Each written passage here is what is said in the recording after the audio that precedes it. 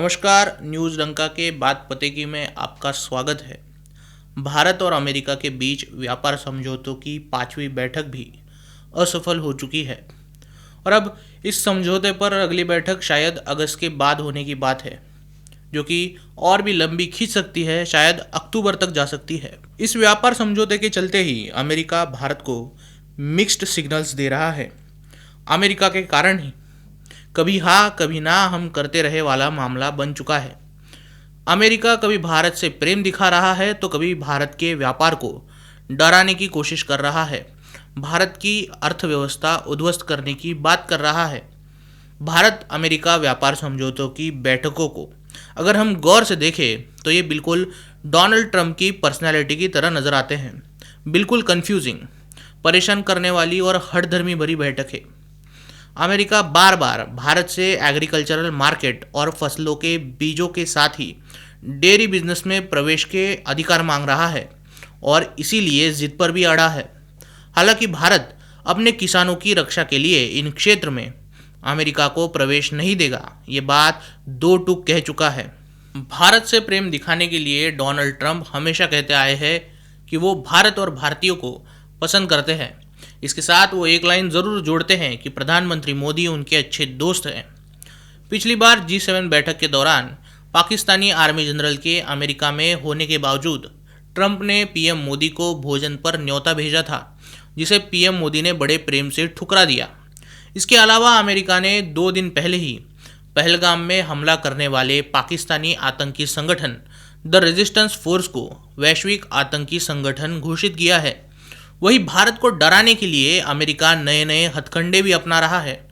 कल ही Donald Trump के करीबी लिंडसे ग्राहम ने भारत और चीन को धमकी देकर कहा है कि डोनाल्ड ट्रंप रूस से व्यापार जारी रखने के लिए चीन और भारत दोनों देशों की अर्थव्यवस्था को उद्ध्वस्त कर सकते हैं। इतना ही नहीं, लिंडसे ग्राहम ने रूस से तेल खरीदने वाले देशों पर 500% टैरिफ लगाने की बातें भी कर दी है। उनके इस बिल को पेश करने के बाद अमेरिका में काफ़ी चर्चा भी चल रही है। अमेरिका का ये तरीका भी है कि पहले चर्चा करो, फिर उसे नॉर्मलाइज करके अप्लाई करो। पिछली बार यही धमकी नाटो संगठन के महासचिव मार्क रट ने भी भारत को दी थी। उनका कहना था कि रूस से कहकर जल्द से जल्द युद्ध रुकवा दो या फिर 100% टैक्स के लिए तैयार हो। इसी प्रकार यूरोपियन देशों ने भारत की सबसे बड़ी गुजरात में स्थित ऑयल रिफाइनरी पर सैंक्शन लगाए हैं। इस रिफाइनरी से शुद्ध किया गया तेल यूरोपियन देश अब नहीं खरीद पाएंगे। तेल भारत की दुखती रग है। भारत की सभी स्तर की रक्षा प्रणालियां, आर्मी, नेवी, एयरफोर्स बिना तेल के पैरालाइज हो जाएंगी। ये बात दुनिया जानती है। आज भारत प्रतिदिन 22 लाख बैरल तेल रूस से खरीदता है। इसमें भारत को सबसे अच्छा फ़ायदा यही है कि भारत जो तेल खरीदता है उसे कम दाम पर रूबल रुपए के जरिए खरीदता है। डॉलर का कोई लेन देन नहीं होता। कम दाम पर तेल के खरीदने के कारण ही वैश्विक स्तर पर तेल की कीमतें पिछले 2 साल से स्थिर है।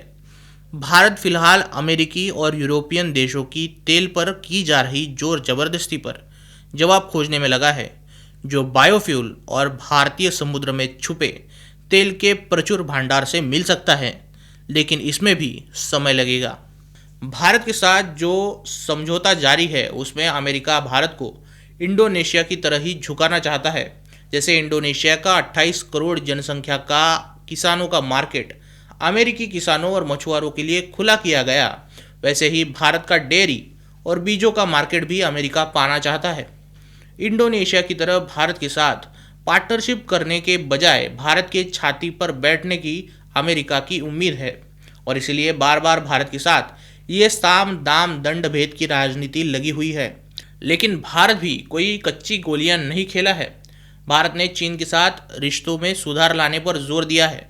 गलवान घाटी में चीन के साथ संघर्ष के बाद भारत चीन के रिश्तों में सुधार दिख रहा है।